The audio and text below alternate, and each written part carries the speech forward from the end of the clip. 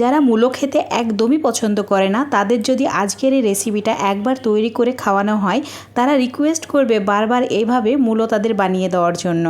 আজকের যে রেসিপিটা তোমাদের সঙ্গে শেয়ার করব, এইভাবে যদি মূলোর রেসিপিটা একবার রান্না করা হয় তাহলে মূলোর মধ্যে কোনো রকম গন্ধ থাকবে না আর খেতেও দারুণ টেস্টি হবে। রেসিপিটি রান্না করার জন্য মূলো প্রথমে পরিষ্কার করে নিতে হবে, তারপর এইভাবে চাকচাক করে কেটে নিতে হবে। এবার ঝুরি আলু ভাজার মতো করে একদম ঝুরি ঝুরি করে মূলোটাকেও কেটে নিতে হবে।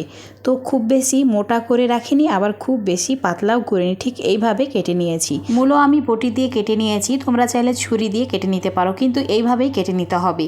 এবার এই মূলোর বাজে গন্ধ দূর করার জন্য প্রথমে জলের মধ্যে রেখে দিতে হবে, তারপর জলে অল্প মানে হাফ চামচের মতো নুন অ্যাড করে দিচ্ছি।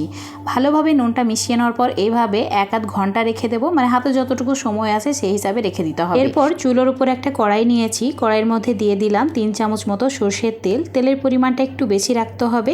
চুলোর আঁচটা মিডিয়াম টু লো রেখেছি। দিয়ে দিলাম 1টি শুকনো লঙ্কা, 3-4টি কাঁচা লঙ্কা চিড়ে নিয়ে, আর দিয়েছি 2টি মিডিয়াম সাইজের পেঁয়াজ এইভাবে কেটে নিয়ে। খুব ভালো করে একটু ভেজে নিতে হবে। পেঁয়াজের কালার যখন হালকা একটু গোল্ডেন হয়ে আসবে, মানে পেঁয়াজের কাঁচা ভাবটা সম্পূর্ণ চলে যাবে, তখন পেঁয়াজগুলোকে এইভাবে সাইড করে দিতে হবে কড়াইয়ে। তারপর 1টি ডিম অ্যাড করে দিতে হবে। এখানে মূলোর পরিমাণটা যদি একটু বেশি নাও তাহলে ডিম 2-3টি অ্যাড করে দেবে, তাহলে রেসিপিটা অনেক ভালো লাগবে খেতে। এবার চুলোর আঁচটা কম রেখেই এইভাবে নাড়াচাড়া করে ডিমের ভুজিয়া করে নিলাম, তারপর পেঁয়াজের সঙ্গে মিশিয়ে দিলাম। এবার 2 মিনিট সময় নিয়ে হালকা আঁচে মানে লো ফ্লেম করে রেখে ডিম খুব ভালোভাবে ভেজে নিতে হবে।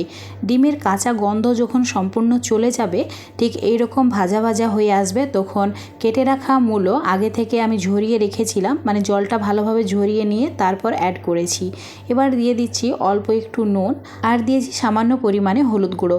মূলো ভাজির মধ্যে যদি হলুদ গুঁড়োটা পছন্দ না করো তাহলে হলুদ গুঁড়োটা না দিলেও হবে। আর দিয়েছি 1 চিমটি মতো জিরে গুঁড়ো আর ধনে গুঁড়ো। এবার হাফ চামচ মতো লঙ্কা গুঁড়ো অ্যাড করে দিয়েছি। এবার সমস্ত কিছু ভালোভাবে মিশিয়ে নিতে হবে আর চুলোর আঁচটা মিডিয়াম করে দিতে হবে। এইভাবে 2 থেকে 3 মিনিট সময় নিয়ে খুব ভালো করে মশলার সঙ্গে মূলো কষিয়ে নিতে হবে। তারপর ঢাকা দিয়ে রেখে দিতে হবে 5 মিনিট লো ফ্লেমে। 5 মিনিট পর তোমাদের আমি দেখাচ্ছি মূলো থেকে জল ছেড়ে দিয়েছে আর 80% মতো মূলো সেদ্ধ হয়ে গেছে। এইভাবে কেটে নিলে মূলো অল্প সময়েই সেদ্ধ হয়ে যায়।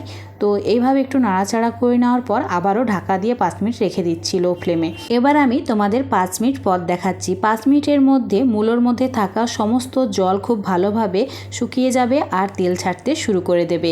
তো এখন অনেকটাই ভাজা ভাজা হয়ে গেছে। আরও বেশি পরিমাণে একদম ঝরঝরে করার জন্য চুলোর আঁচটা একদম মিডিয়াম টু হাই করে দিতে হবে। তারপর দিয়ে দিতে হবে অল্প একটু ধনে পাতা। অবশ্যই ধনে পাতাটা অ্যাড করবে, তাহলে মূলোর বাজে গন্ধ একদমই থাকবে না।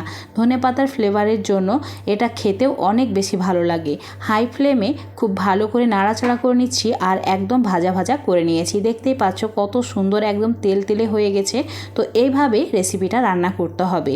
একদম জল থাকলে ভালো লাগবে না, তাহলে মূলোর গন্ধ চলে আসবে আর খেতেও সেই রকম টেস্টি হবে না। তো এটা আমার রেডি হয়ে গেছে, এখন সার্ভ করছি।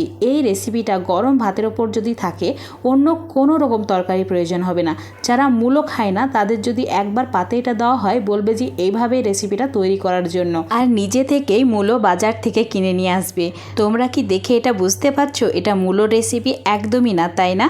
তো এই রেসিপিটা দেখতে যেমন লোভনীয় সেই রকম টেস্টি খেতে, আর খেয়ে কেউ ধরতে পারবে না যে এটা মূলো দিয়ে তৈরি করা হয়েছে। এই রকম রেসিপি ভাতের ওপরে থাকলে 1 হাঁড়ি ভাত কখন শেষ হয়ে যাবে বুঝতেই পারবে না।